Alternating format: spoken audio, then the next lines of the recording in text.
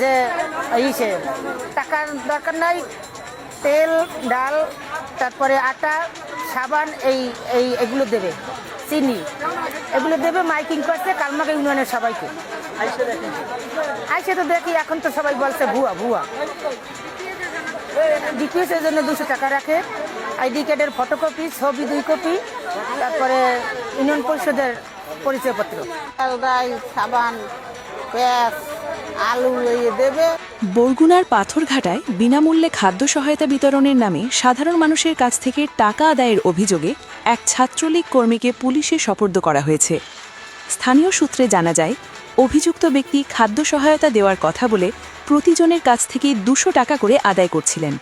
একাধিক ভুক্তভোগী বিষয়টি বুঝতে পেরে প্রতিবাদ করলে এলাকায় উত্তেজনা ছড়িয়ে পড়ে। পরে স্থানীয় জনগণ অভিযুক্তকে আটক করে পুলিশে হস্তান্তর করেন।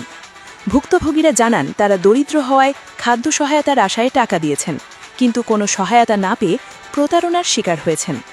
এই ঘটনায় এলাকায় চাঞ্চল্যের সৃষ্টি হয়েছে। প্রশাসন জানিয়েছে, বিষয়টি তদন্ত করে প্রয়োজনীয় আইনগত ব্যবস্থা নেওয়া হবে।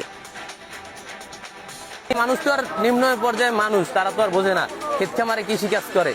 এদেরকে আইনে আইডি কার্ড নিচ্ছে, নিয়ে এঙ্গেজ করে কি সুলভ মূল্যে দেবে বললে এই তাদের অনেক আর কি আছে, এইখানে তাদের অনেক সিস্টেম আছে। মানুষ আগে আর কি এঙ্গেজ করে তারপর তারা অফার করে 200 টাকা জমা দিতে হইবে, লাইফ ইন্স্যুরেন্স, এটা দিয়ে আবার ক্ষতিপূরণ পাইবে বিভিন্ন কিছু। এটার নাম হয়েছে trust Islamic life insurance limited. এটা নাকি এখন তারা ন্যায্য মূল্যে পণ্য দেবে। এই কোম্পানির কি কাজ ন্যায্য মূল্যে পণ্য দেওয়ার?